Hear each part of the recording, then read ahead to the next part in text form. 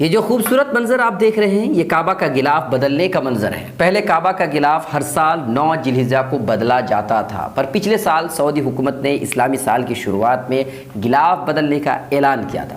اسی لیے اس بار 1445 ہجری کی شروعات یعنی کہ 1 محرم بدوار کو ایک سالانہ تقریب کے دوران، ایک پروگرام کے دوران غلاف کعبہ کو بدلا گیا۔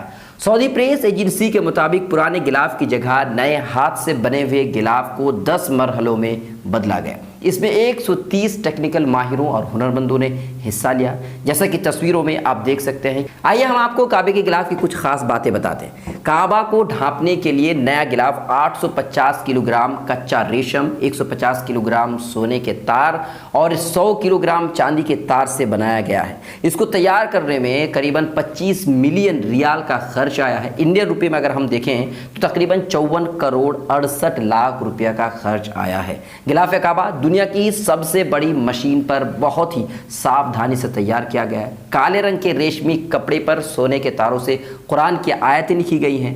یہ سونے کی کڑھائی والے 56 ٹکڑوں پر مشتمل ہے اور ہر ایک ٹکڑے کو کمپلیٹ ہونے میں 60 سے 120 دن لگتے ہیں۔ اس سے پہلے کنگ عبدالعزیز غلاف کمپلیکس سے غلاف کو خاص راستے کے ذریعے خاص ٹرک میں لاد کر کے مسجد حرام تک لایا گیا۔ غلاف کو بدلنے کے لیے 15 سدسیوں کی ٹیم اس کی نگرانی کر رہی تھی۔ غلاف کو بدلتے سمے ہر حصوں کو الگ الگ کر کے کعبہ کے اوپری حصے میں پہلے لے جایا جاتا ہے، پھر بعد میں اسے اتارا جاتا ہے۔ اس طرح سے یہ کام 4 مرتبہ باری باری سے دہرایا جاتا ہے۔ جب تک نیا غلاف نہ چڑھایا جائے تب تک پرانا والا جو غلاف ہوتا ہے اسے اتارا نہیں جاتا ہے۔ اس سے پہلے صدیوں سے یہ غلاف جو ہے 9 ذی الحجہ کو بدلا جاتا تھا، لیکن پچھلے سال یہ اعلان کیا گیا تھا کہ غلاف اب ہر سال اسلامی سال کے پہلے دن یعنی کہ 1 محرم کو بدلا جائے گا۔ ویسے آپ یہ جو ویڈیو دیکھ رہے ہیں آپ اسے دیکھ کر کے اندازہ لگا سکتے ہیں کہ کتنا خوبصورت منظر ہے۔